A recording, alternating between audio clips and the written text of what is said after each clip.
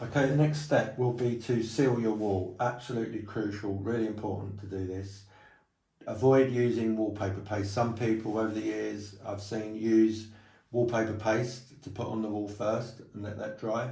If you use paste, as soon as you apply the paste on the back of your paper, that will activate the paste on the wall and it will just be a sticky mess. So either use a branded pre-made wallpaper sealer, a wall sealer for wallpaper.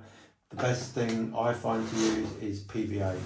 Again, I buy in bulk, more economical for me. You can get very small tubs that would do 2 or 3 walls. This will do 30 walls.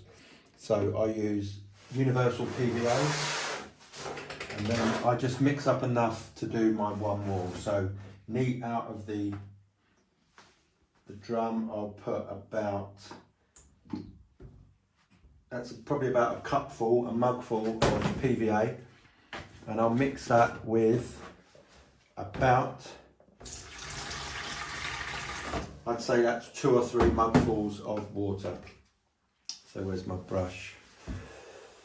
So that's about a 3 or 4 to 1 mix.